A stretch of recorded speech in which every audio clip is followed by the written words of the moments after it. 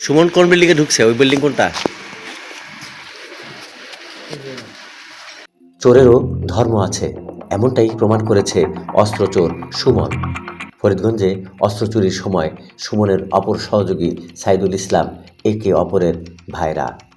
DMP পুলিশে জিজ্ঞাসাবাদে সহযোগী সাইদুল ইসলামকে কৌশলে আড়াল করতে সক্ষম হয়েছে সুমন। ফলে মিরপুর থানায় মামলা হয়েছে সুমন ও অস্ত্রক্রেতা রুবেলের নামে। ফরিদগঞ্জ থানার এসআই রাকিব ভূঁইয়ার ভাড়া বাসা থেকে অস্ত্র চুরির ঘটনাটি ঘটেছিল 5ই মে সোমবার। 16ই মে চাঁদপুর ডিবি ও ঢাকার মিরপুর থানা পুলিশ চুরির হোতা সুমন ও অস্ত্রক্রেতা রুবেলকে আটক, অস্ত্র, 16 রাউন্ড গুলি ও একটি ম্যাগাজিন উদ্ধার করতে সক্ষম হন। 3রা জুলাই বৃহস্পতিবার সুমনকে 2 দিনের রিমান্ডে নেওয়া হয় ফরিদগঞ্জ থানায়।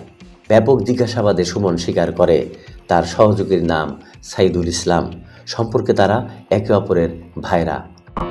সুমনের কাছ থেকে তথ্য নিয়ে ফরিদগঞ্জ থানা পুলিশের ফোর্স দ্রুত ঢাকার মিরপুর ও পরে ঝালকাঠি জেলার রাজাপুর থানায় যায়। সেখানকার পুলিশের সহযোগিতায় অভিযান চালানো হয়।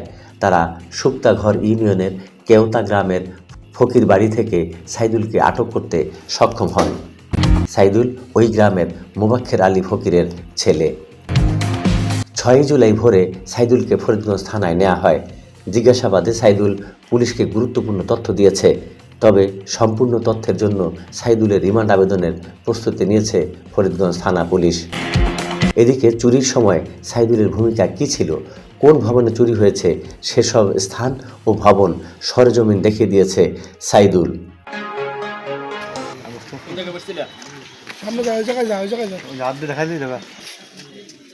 মাটিতে ফেলেছিল একটু পিছনে নেই জায়গায় পাকার বসেছিল বলো রে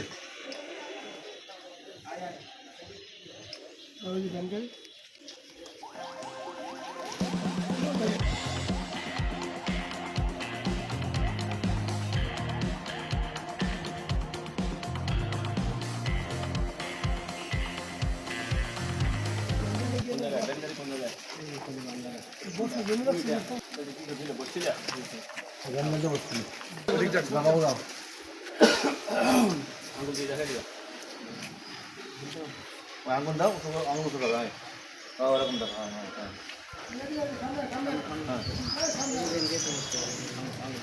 এই ব্যান্ডটাই ছিল ওখানে এটা ছিল ওখানে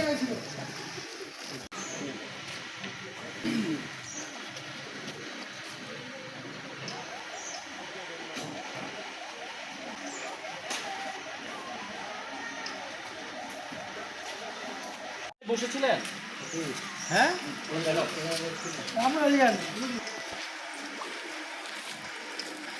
ওখানে বসছিলাম, আবার এর ভিতরে বাইরে গেছে।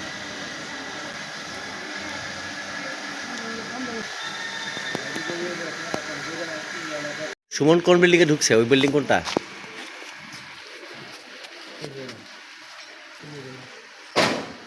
কাছে দেখেন তো।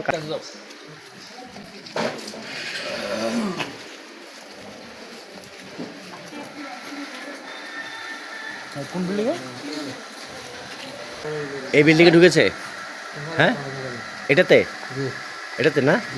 শিওর, ধন্যবাদ। মাথায় দেয় আবার চুল্লা দেয়। ওখানে তো সেনাবাহিনী ছিল, দেখছেন?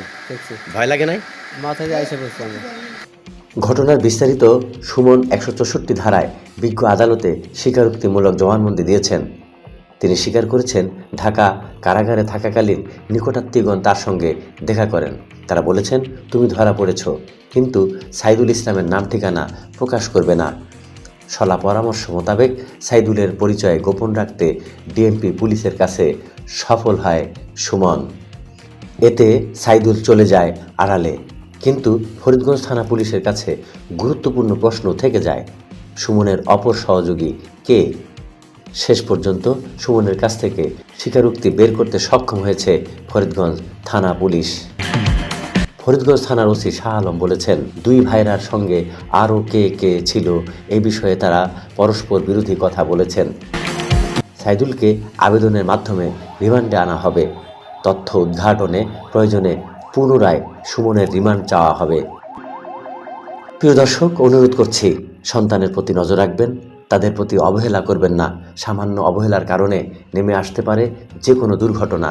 লক্ষ্য করুন, চারিদিকে মাদকের রমরমা অবৈধ কারবার। আমাদের সন্তানদেরকে নিয়ে যাওয়া হচ্ছে কুপথে, তাদের হাতে তুলে দেওয়া হচ্ছে নেশাদ্রব্য ও অস্ত্রশস্ত্র। আমাদের সন্তানদের কারো পরিচয় মাদকাসক্ত, মাদক কারবারি, কারো পরিচয় কিশোর গ্যাং, কেউ লাঠিয়াল। কারা তাদেরকে কুপথে নিয়ে যাচ্ছে তাদের চিহ্নিত করুন, সন্তানকে তাদের কাছ থেকে দূরে রাখুন। মনে রাখবেন, অপরাধীদের রয়েছে বিশেষ চেইন। অন্ধকার জগতের ওই চেইনে অনেকেই আছে, তাই অপরাধীরা অপ্রতিরোধ্য।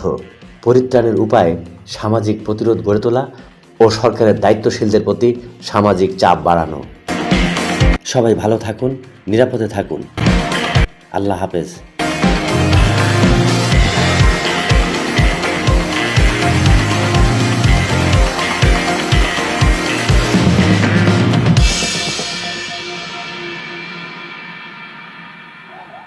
কোন দিয়ে দেবেন না